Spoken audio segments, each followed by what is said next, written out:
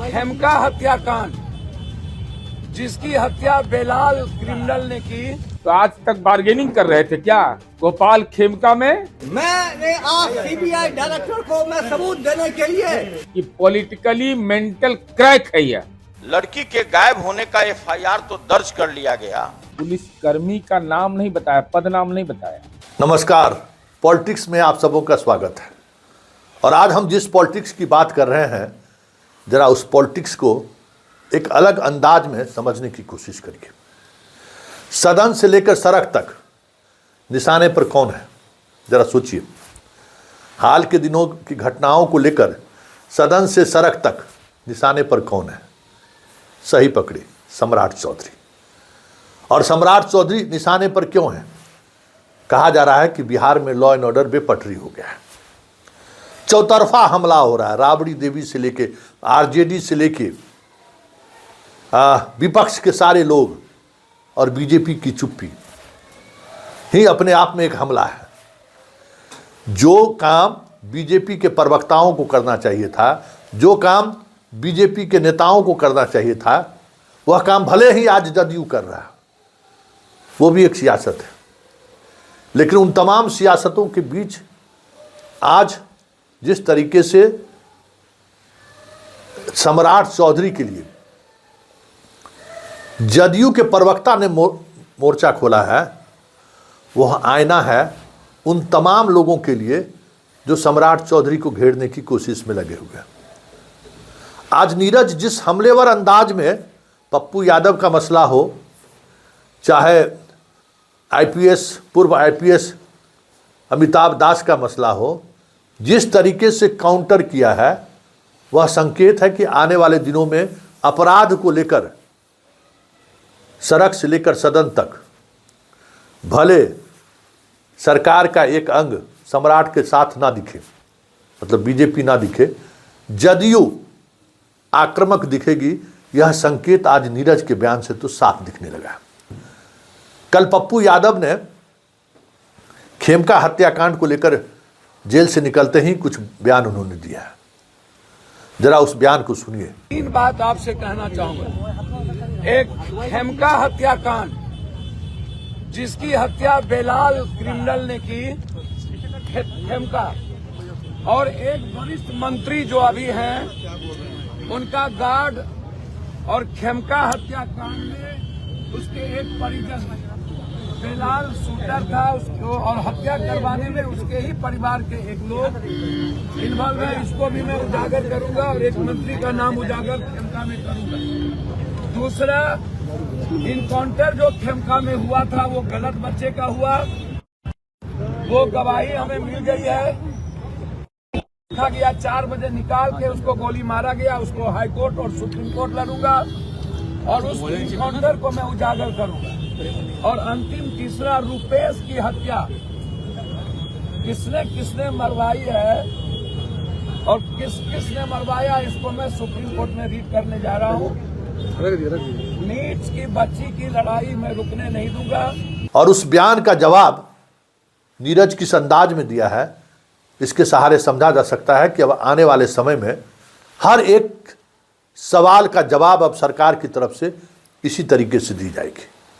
मतलब पप्पू यादव जेल से निकलते ही कई सवाल खड़े किए हैं। रुपेश हत्याकांड से लेके खेमका हत्याकांड में जो फर्जी इनकाउंटर हुआ है, सारी चीज़ों पर उन्होंने सरकार को घेरने की कोशिश की है, गृह मंत्री को घेरने की कोशिश की है। और जरा सुनिए पप्पू यादव के उस सवाल का नीरज जवाब किस तरीके से दे रहे हैं। अब तक क्यों नहीं गए, इसका पप्पू यादव जवाब दीजिए। रुपेश हत्याकांड तो आज नहीं हुआ, माननीय न्यायालय में उसका विचारण चला, तो आज तक बार्गेनिंग कर रहे थे क्या गोपाल खेमका में, चाहे पटना सिटी के मामले में? तो जब जेल गए, जहां आप कह रहे हैं हमको प्रताड़ना हुआ, वहीं आपको ज्ञान हुआ। तो जेल में रहिए ज्यादा दिन तक, बहुत सारा ज्ञान आपको हो जाएगा। इसलिए ये केवल हवाबाजी करते हैं, इसके अलावा कुछ कोई औचित्य नहीं है। और माननीय पप्पू यादव जी, मेरा सलाह है, अब कलई खुल गया आपका लॉरेंस बिश्नोई के समय। आपकी कलई ऐसी खुली है कि आप जब जेल जाने के रास्ते में रहते हैं तो स्ट्रेचर पर चले जाते हैं, रोने लगते हैं, कमर में दर्द, पेट में दर्द, सर में दर्द, और ज्यों ही बेल मिलता है तो बगैर व्हील चेयर के दौड़ते हुए जहाज पर चले जाते हैं। इसलिए आपका चेहरा का बदनुमा जो चेहरा है उसका कलई खुल चुका है। खुलासे से आप लोग को डर नहीं है? खुलासा क्या तो करेगा, बताइए ना। खुलासा करने लायक है ही। इस पर डकैती, अपहरण, जबरन वसूली, धोखाधड़ी, दंगा, आपराधिक धमकी, घर में घुसकर मारपीट, जिस पर दोष सिद्धि हो चुका है 2-2 मामले में। अब अब तो जेल में बैठा हुआ कोई अपराधी कहे कि अपराध बढ़ रहा है, वैसे ही हाल है कि पप्पू यादव खुलासा करेंगे। अरे आपका तो खुलासा हो गया, लॉरेंस बिश्नोई में छुरछुरी पटाखा आप साबित हो गए। तो आपने सुना नीरज का तेवर से आप समझ सकते हैं कि किस लेवल पर अब इस लॉ एंड ऑर्डर को लेकर डिबेट होना है सड़क से सदन तक। यह साफ संकेत नीरज अपने बयान के माध्यम से छोड़ रहे हैं। अब जरा रिटायर्ड आईपीएस या जबरन रिटायर कराए गए आईपीएस अमिताभ दास के कल के उस बयान चलते चलते जो उन्होंने बयान दिया है, अभी अस्पताले में है, मोबाइल स्विच ऑफ है, जहां पुलिस पहुंचा कि समझ में आ गया। जैसे पप्पू यादव के बारे में कहा ना कि भाई जेल से लेके कोर्ट तक में बीमार थे और उतरते ही रेस हो गए। तो कुछ इसी अंदाज में कल जो बातें उन्होंने कही थी कि हम सीबीआई को आज दाते सबूत देने के लिए, तो पुलिस हमको पकड़ लिया, जबकि सच्चाई यही है कि पुलिस उनको सीआरपीसी की धारा 141 के तहत नोटिस सर्व किया है। तो आज नीरज कह रहे हैं कि चलिए हम सब कुछ मुहैया कराने को तैयार हैं, सबूत लेकर पहुंचिए। जरूरी है निर्भया में कौन आरोपी है उस तक पहुंचने में, चलिए हम आपके साथ चलने को तैयार हैं। जरा देखिए उनके उस सवाल का नीरज जवाब क्या दे रहे हैं। नीतीश कुमार का बेटा निशांत कुमार मेरे क्यूट है। किस कारण गिरफ्तारी हुई है आपकी? नीट छात्राकांड में मुख्यमंत्री नीतीश कुमार का बेटा निशांत कुमार मेन एक्यूट है। मैंने आज सीबीआई डायरेक्टर को मैं सबूत देने के लिए कल दिल्ली रवाना हो रहा था। उसके पहले मेरी अवैध सबूत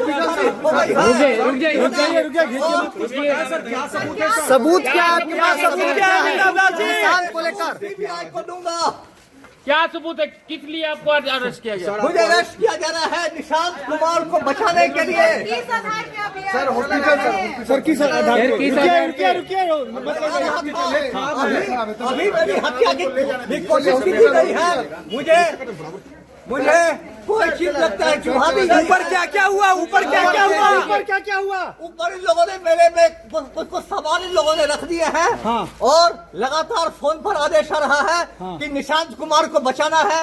अमिताभ दास को गिरफ्तार करो। क्या सामान रखा है आपके घर में? क्या अमिताभ दास की गिरफ्तारी हुई, उनका कहना है कि निशांत को लेकर सीबीआई को सबूत देने जा रहे थे, इसी वजह से हम पर कार्रवाई की जा रही है।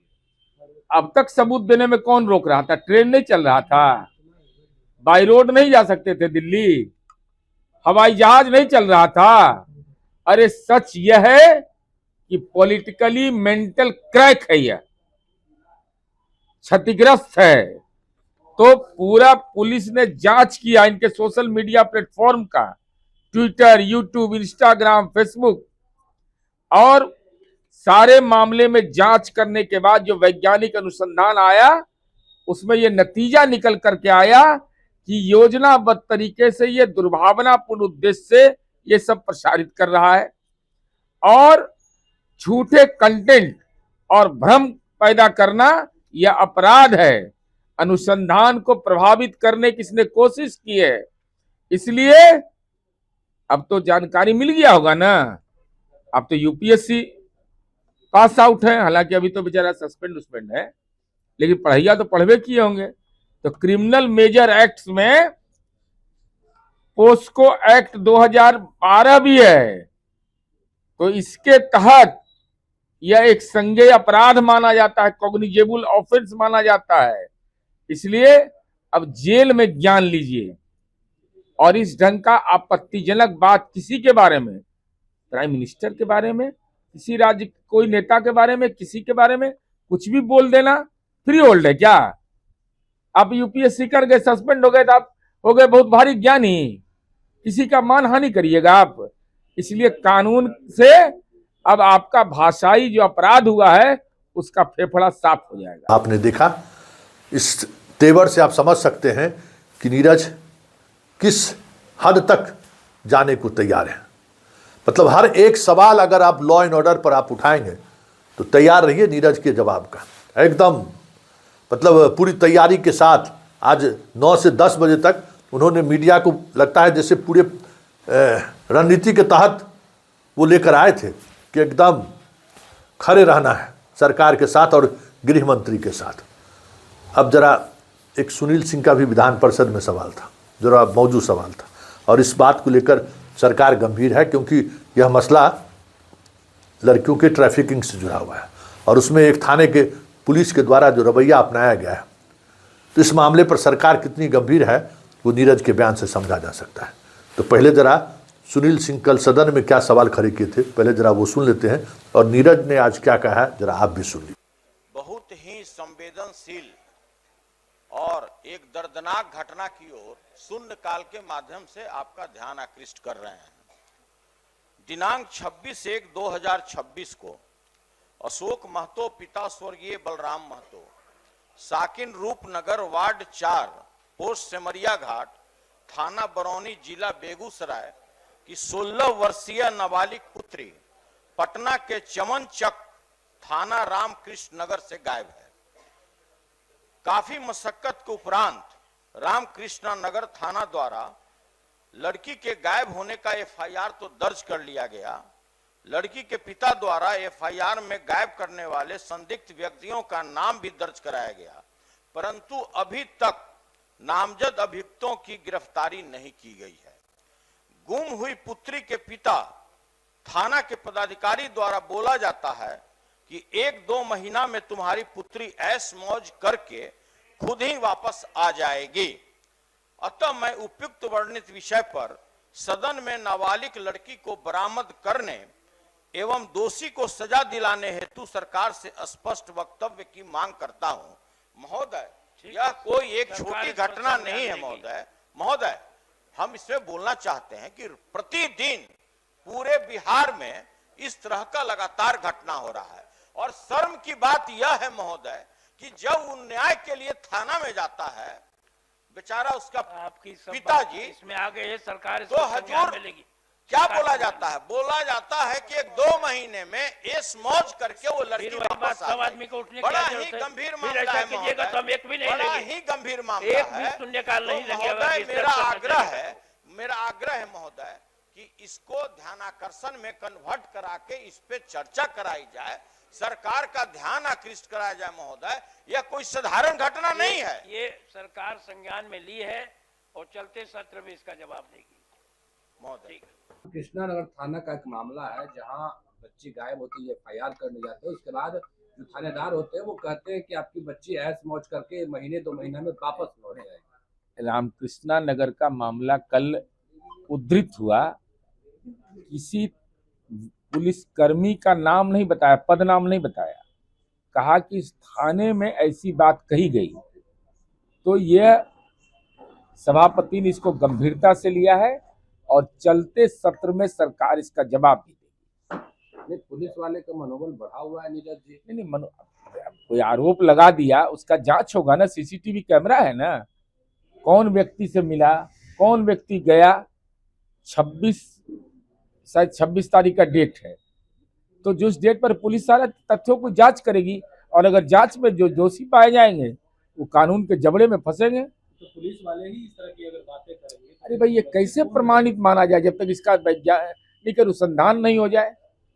भाई, कोई आरोप लगा रहा है, वो तीसरा व्यक्ति है, आवेदन देने वाला दूसरा व्यक्ति है, तो आवेदन किसको दिया, देने के बाद उसने अगर ये मंतव्य दिया है तो आईओ को दिया, थानेदार को दिया, किसने बोला, ये तो पहचान आ जाएगा ना।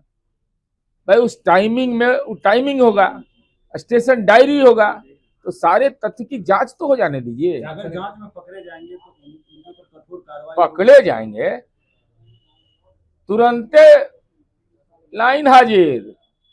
यहाँ तो फंसे कि गए, बचाने वाला कोई रहेगा? अब भाषाई मर्यादा पुलिस बल नहीं रखेगा? पुलिस पब्लिक फ्रेंडली के लिए बार बार ट्रेनिंग दिया जाता है, तो आप शब्दों का इस्तेमाल करिएगा कि किसी को इजाजत नहीं है। तो आपने सुना, यह संकेत है कि लॉ एंड ऑर्डर को लेकर जिस तरीके से घेरने की कोशिश सरकार की हो रही है, सदन और सदन के बाहर, भले बीजेपी के प्रवक्ता, बीजेपी के मंत्री, बीजेपी के नेता इस मामले में सम्राट के साथ खड़े नहीं दिख रहे हैं, लेकिन नीरज ने जो आज लाइन लिया है वह संकेत है कि आने वाले समय में सम्राट के साथ पूरी जदयू खड़ी दिख जाए लॉ एंड ऑर्डर के मसले पर, तो कोई बड़ी बात नहीं होगी।